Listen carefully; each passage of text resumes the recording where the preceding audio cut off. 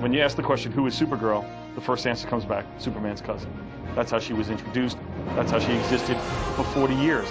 She's super indigo. It's actually the combination that makes her a really rich character. She wasn't as concerned as Superman was with being perfect. The fact that she makes mistakes makes her more human. She's very noble, she's very strong. She's always stood for what is right, what is just, not to mention looking great while doing it. You have all of the Kryptonian power without knowing the destiny.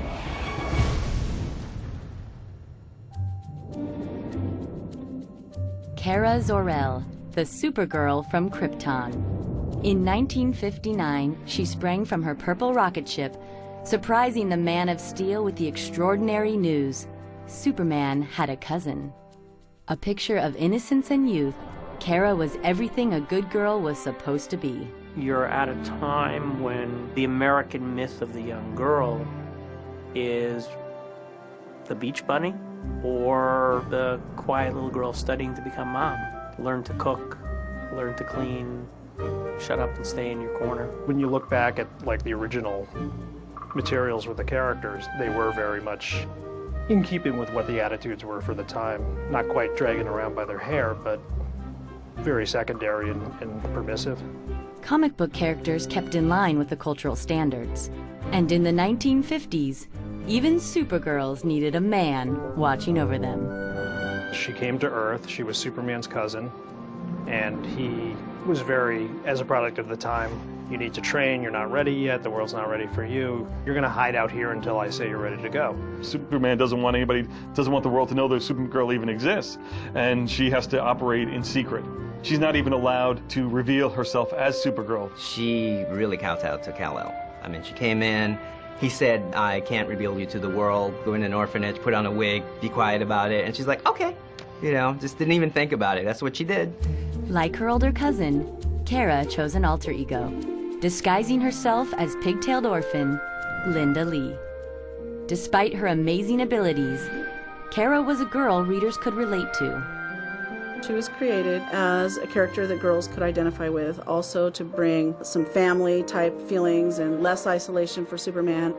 Supergirl was very easy to relate to as a little girl. Supergirl kind of had more of the fantasy, the girl fantasies, like here's her white horse, here's her kitty cat Streaky. So it was put in a place that, oh, this is for girls. Boys of that era were not reading Supergirl, or they didn't particularly find her adventures exciting. And they weren't exciting. They were day-to-day kinds of things.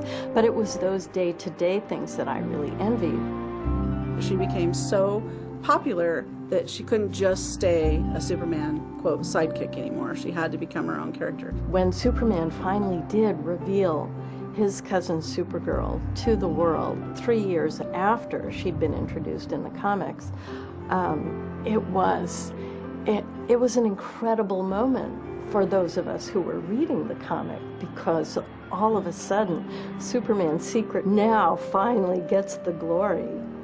She physically is the strongest female on the planet. And yet, she's gentle and sweet and quick to tears as any ordinary girl. With her powers now known to the world, comic book creators and readers alike were puzzled with where Supergirl's adventure should go. Was she just Superman in a skirt? Or did she have a greater purpose yet to be realized?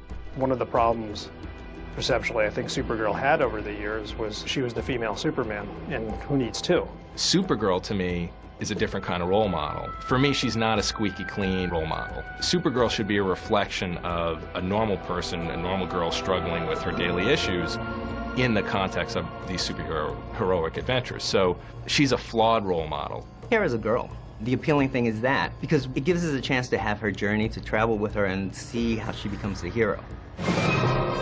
Thanks to the phenomenal popularity of the Superman movie starring Christopher Reeve, Supergirl made a splash of her own in 1984's Supergirl, the movie.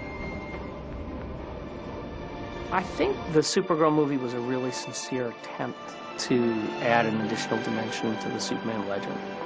The material was largely faithful to the core DC mythology.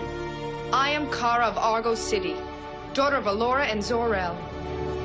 And and I don't scare easily. What was the most interesting was the idea to replace strength and force with grace and something more fluid. The Supergirl in the movie was very earnest. Helen Slater was phenomenally good. I mean, she was just stunning. Despite a heroic effort from its star, the film ultimately failed to find an audience. Supergirl faced crushing criticism and a poor box office performance. You've had your fun, Selena. The game is finished. I think it was a throwback. In fact, I think that might have been the problem with why the movie didn't do as well as it could have, is because they weren't able to figure out a female heroine that would reflect what was going on in the culture. You are absolutely right. They didn't tell an epic story. They told a human story with a character in a costume. It was a chick flick with superpowers. I'm sure that today it would be a whole different film. I mean, she would be much more aggressive, there would be more sexuality, she'd be much more comfortable with her identity and who she is. It would be a whole different woman, of course, and a whole different girl.